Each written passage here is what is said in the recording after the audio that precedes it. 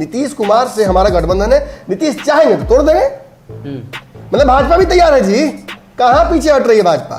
आई ना, आपके छाती पर मूंग डल के चली गई, काहे बचे नहीं हुआ आप? ललन सिंह ने ये क्यों कहा कि गुस्से में कि 243 सीट पर चुनाव लड़िए, हम भी लड़ेंगे? आप 243 सीट पर चुनाव लड़ने की स्थिति में नहीं है ललन सिंह। लवकुश कितना वोट करेगा आपको? आज भी लवकुश का समीकरण का सबसे ज्यादा विधायक राजद में बैठा हुआ है। आज भी ओबीसी पर नीतीश कुमार की उतनी बड़ी पकड़ नहीं है। आज सीपी नाराज होकर चले गए ही गए बाहर, नाराज होकर गए या जो भी हुआ कारण। तो आपकी पार्टी तो ह्रास की तरफ बढ़ रही है, खत्म हो रही है। भाजपा दिमाग लगा रही है और सफल भी हो जा रही है। नॉर्थ ईस्ट के लोगों को बिहार बुलाकर क्या किया गया?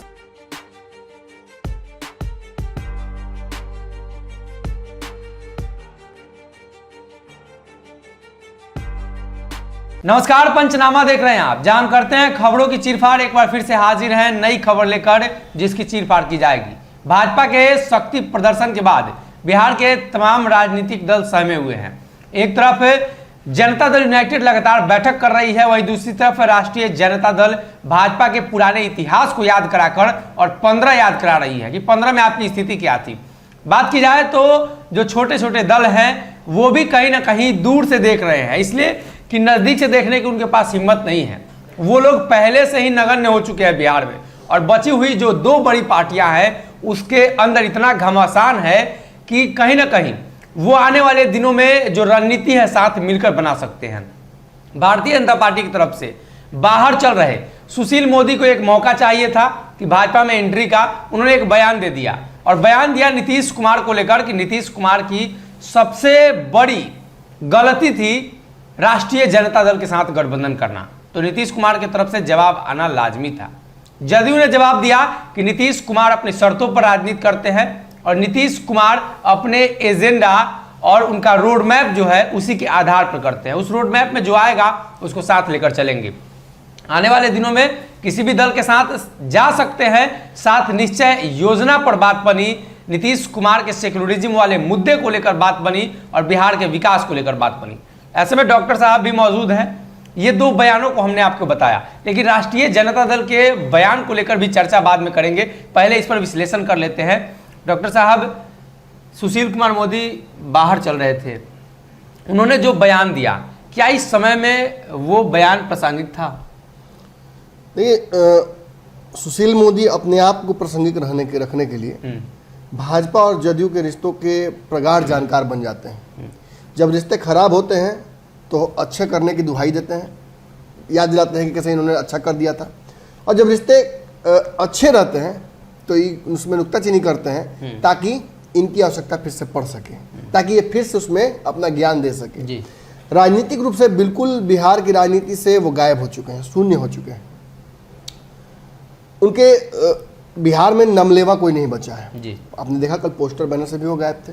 अमित शाह की एंट्री, उनका एग्जिट, ये साबित करता है कि अमित शाह उनको बहुत पसंद नहीं करते हैं। एक और कारण रही होगी, बिहार में अमित शाह जी रणनीति के तहत आए थे। कल ही आपने बताया था कि जो झांकियां थी उसमें कर्पूरी ठाकुर, भीमराव अंबेडकर की वापसी हो गई, पीर अली शाह। हाँ, तो क्या भारतीय जनता पार्टी जातिगत राजनीति को लेकर बिहार आ रही है, जिसमें सुशील कुमार मोदी की जाति की कोई अहमियत नहीं है बिहार में? सुशील कुमार मोदी जी जाते जाते हैं उस जाति का बड़ा नेता इनके पास आ चुका है, संजय जायसवाल।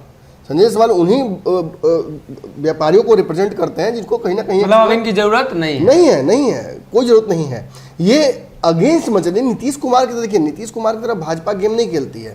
बिहार में भाजपा का दाल इसलिए नहीं गल रहा है क्योंकि बिहार में जातिगत समीकरण भाजपा नहीं समझ पा रही थी अब तक। अब समझी ना, झांकियां भी दिखाई और मीटिंग में जो बातें हुई उसे बाहर आने तक से रोक दिया।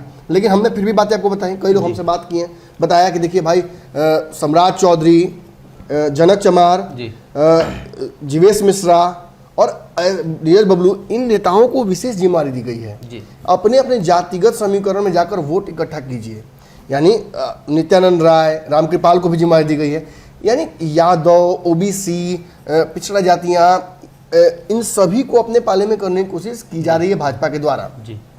सफल कितना होगी ये तो देखने वाली बात है। लेकिन आपने एक बात कही कि बेचैनी सबको हो गई, डर सबको लग रहा है। बिल्कुल लगता है। खराब से खराब, कमजोर से कमजोर वेस्ट इंडीज या बांग्लादेश का टीम जब आता है भारत में मैच खेलने के लिए, डर लगता है ना जी। हमारे ही देश में हमको हरा के मत चल जाए गलती से। नया खिलाड़ी कहीं लेके आ गया। डर डर तो लगता है, लाजमी, क्रिकेट कुछ भी अनएक्सपेक्टेड हो सकता है। अंतिम ओवर में होता, पूरे मैच में पीछे चल रहे हो, अंतिम ओवर में 20 रन चाहिए होगा, किसी का दिन हो, 20 रन मार देते हो गया, खत्म। कहीं पूरे मैच में आपने अच्छा खेला, एक ओवर के चलते आप हार गए। तो ऐसी स्थितियां राजनीति में भी होती हैं, दांवपेच होता है। जिस तरीके से महाराष्ट्र में, जिस तरीके से झारखंड में, जिस तरीके से बाकी राज्यों में, मध्य प्रदेश में चुनाव में, जिस तरह से राजस्थान में भाजपा दिमाग लगा रही है और सफल भी हो जा रही है, नॉर्थ ईस्ट के लोगों को बिहार बुलाकर क्या किया गया, एक मैसेज दिया गया, भाजपा पीछे हटने वाली नहीं है। तो डर तो लगेगा, डर लाजमी है। भाजपा की रणनीतियों से डर लग रहा है, और जिसके पास खोने के लिए उसको ज़्यादा डर लगता है। इसलिए जो राजद है और भी पार्टियां हैं, इन्हें डर ये लग रहा है कि हम तो पहले से ही एक छोटा समीकरण लेकर चल रहे हैं। अगर कायदे से हिंदुओं की जनसंख्या जोड़ ली जाए, अगर भाजपा कहे कि हम हिंदुओं वोट में हमारा है, और अगर वो ट्रांसफर उसके पास हो जाए तो कोई जाति के पास कोई जातिगत जो पार्टी है उनके पास कोई रास्ता ही नहीं बचता। आपने एक सवाल रखा और ये कहा कि नीतीश कुमार फिर से लालू की शरण में जा रहे हैं, लेकिन कल ही भाजपा नीतीश के शरण में चली गई। भाजपा ने कह दिया कि नीतीश जी के नेतृत्व में लड़ेंगे। ये हाथी के दांत दिखाने और खाने के अलग अलग होते हैं। निश्चित तौर पर बिहार में नीतीश कुमार के समानांतर भाजपा के पास कोई चेहरा नहीं है, लेकिन इसका मतलब ये नहीं कि नीतीश, कहावत गांव में होता है, हम बोल नहीं सकते हैं यहाँ पे, अपना पोस्पुत जो अपना जो होता है और पोस्पुत में बहुत अंतर होता है।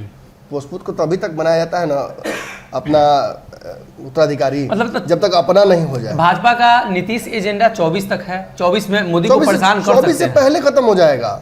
24 में भाजपा दोनों चुनाव एक साथ कराने की तैयारी कर रही है। पहले नीतीश चाहते थे, अब भाजपा चाह रही है। और इतना ही नहीं, भाजपा ये भी कह रही है जितना जीते उतने देंगे, जितना आप जीते हैं उतना ही आपको मिलेगा। किस समीकरण पे आपको दिया जाए, कौन सा बड़ा आयोजन किया आपने कार्यक्रम? नीतीश कुमार ने पिछले 2 सालों में ऐसा कौन सा आयोजन सफल किया है जिसमें नीतीश कुमार ने शक्ति प्रदर्शन किया है? बताइए मुझे। नीतीश किसी को वोट देते होंगे तो पूछते होंगे कि क्या कार्यक्रम किया, दिखाओ फोटो, कितना जात का वोट देगा, दिखाओ हमको।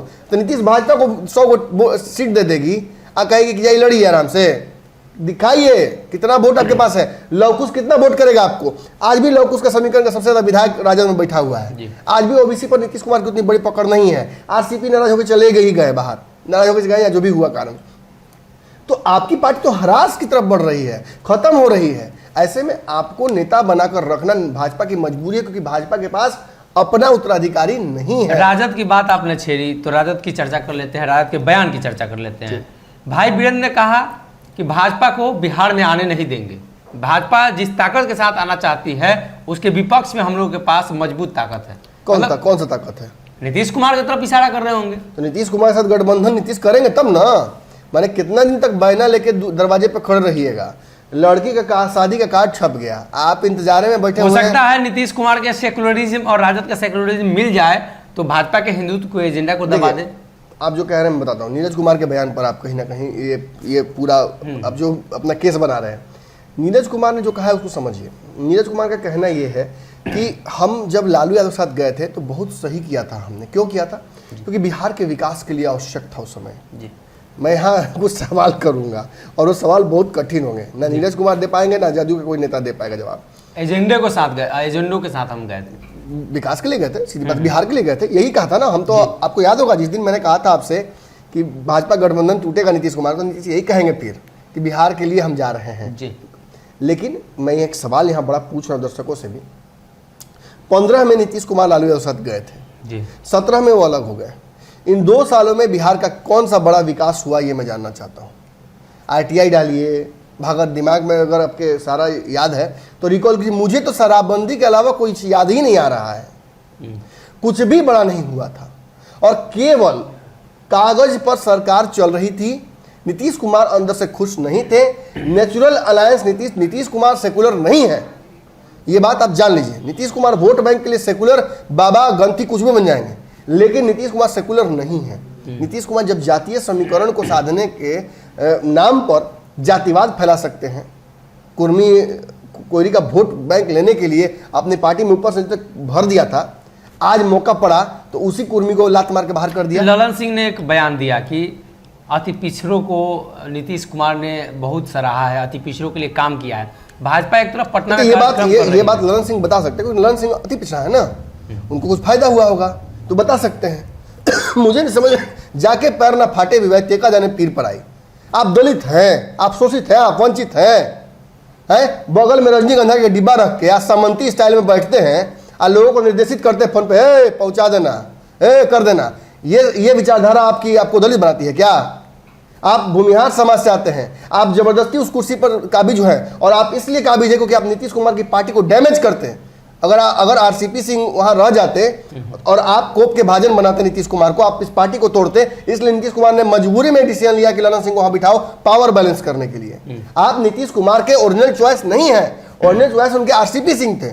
कुशवाहा हो सकते हैं, आप नहीं हो सकते हैं, क्योंकि आप न 3 में न 13 में हैं। कहे थे ना, आपको याद है ना, सुबह में ही तो आज एमएलसी जो है भाजपा के नवल किशोर यादव, नंद किशोर में बोल रहा था, नवल किशोर यादव, कल सुबह में वीडियो में भी मुझसे गलती हो गई है, मैंने नंद किशोर बोल दिया था, नवल किशोर यादव जी। उन्होंने क्या कहा, उन्होंने जिन शब्द का प्रयोग किया तो मैं तो कर नहीं सकता हूँ, पता नहीं तिलचट्टा की गोबर चट्टा क्या बोल दिया उन्होंने कि नेता इस सब का क्या वैल्यू है।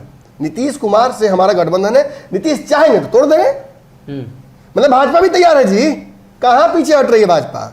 आई ना, आपके छाती पर मूंग दल के चली गई, काहे बेचैनी हुआ आपको? आपके गठबंधन का मेरा पड़ोसी मेरा अगर अपना है, उसके घर पे समियाना माइक लग रहा हो तो हम क्यों कहेंगे हल्ला क्या कर रहे हो? जश्न मेरा भी होगा, मेरा जश्न है, न्योता हमको भी अन्य होते नहीं तब ना बेचैन करता है जी। जब आपके मन में चोर है तभी ना दूर चोर के जाने में खुजली होता है, तब तिनका निकलता है। यही परेशानियां हैं। और जिस तरीके से उपेंद्र कुशवाहा और ललन सिंह ने उघटा, कल जी उघटा कहा जाता है उसको, उघटा पुराण, कल उन्होंने जिस तरह से उघटा और ये कहा कि 200 सीट पर कहा 223।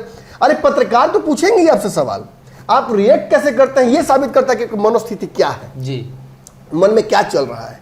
आरसीपी सिंह को जब पूछा गया कि नीतीश जी के साथ सब ठीक है ना, सब ठीक है, आपको आप जबरदस्ती आग लगा रहे हैं, और अगला दिन आए तो उगल दिया सारा कुछ, सब कुछ सामने रख दिया कि कैसे नीतीश कुमार, ललन सिंह और बाकी नेताओं ने उनके साथ धोखा किया है। और अब तो नीतीश की कुर्सी के प्रबल दावेदार हो गए आरसीपी सिंह। राजनीति में कोई किसी का नहीं है सगा, नीतीश ही सगे नहीं है किसी के, तो नीतीश का कोई सगा क्या होगा? नीतीश कुमार से ये चीजें सभी लोगों को सीखनी चाहिए। पेशेंस, राजनीति में 17 सालों से लगातार गाली खा रहे हैं, बिल्कुल, लेकिन पेशेंस है, तो कहीं ना कहीं लोगों को सीखना चाहिए, उन्हीं के दल के करीब। सीधी बात, सुशील मोदी ने तो ये स्पष्ट कर दिया कि इनकी गलती थी लालू यादव के साथ जाना। इन्होंने क्या किया, उस गलती को और बड़ा कर दिया, ये कहकर कि नहीं लालू के साथ जाना हमारा विकास का काम था। 2 सवाल यहाँ खड़ा होता है। एक सवाल मैंने पूछ दिया था कि 2 सालों में लालू यादव के साथ वापस जाने के बाद नीतीश कुमार ने बिहार का क्या विकास किया, ये साबित करें, ये ओपन फॉर डिबेट है, आइए चर्चा कीजिए। और दूसरा, भाजपा के साथ 17 सालों में कौन सा बड़ा विकास किया है ये भी बता दें जी। ये भी तो गठबंधन विकास के नाम पर ही न किया होगा। ये तो अगर चले जाए पाकिस्तान में भी गठबंधन अगर कर ले तो कहेंगे कि वहां भी विकास से बिहार के विकास के लिए कर रहे हैं। अब बिहार बेचारा ठीक नहीं हो रहा है, एलोपैथी, होम्योपैथी, अंग्रेजी, हिंदी सब दवाई का इलाज हो चुका है बिहार पर, लेकिन Bihar patient is not responding. तो ऐसी स्थिति में बिहार जो है, देखिए मुख्य कारण समझ लीजिए, बिहार में ऐसा कोई रिसोर्स नहीं है कि भाजपा उसके लिए बिहार के लिए बेचैन है। मुंबई या दिल्ली जो जीत के, महाराष्ट्र, चंडीगढ़ जो जीत सकता है, जो जीता हुआ है, वो बिहार क्यों आएगा? मजबूरी है। बिहार इस सल्तनत का भारत के वो कोहिनूर हीरा है जो आपके पास आ जाता है ना, तो मान लिया जाता है कि आप माहौल बन जाएगा सभी राज्यों में, आप विश्व विजेता हैं। बिहार ने हर बार विपरीत धारा में राजनीति बहाई है।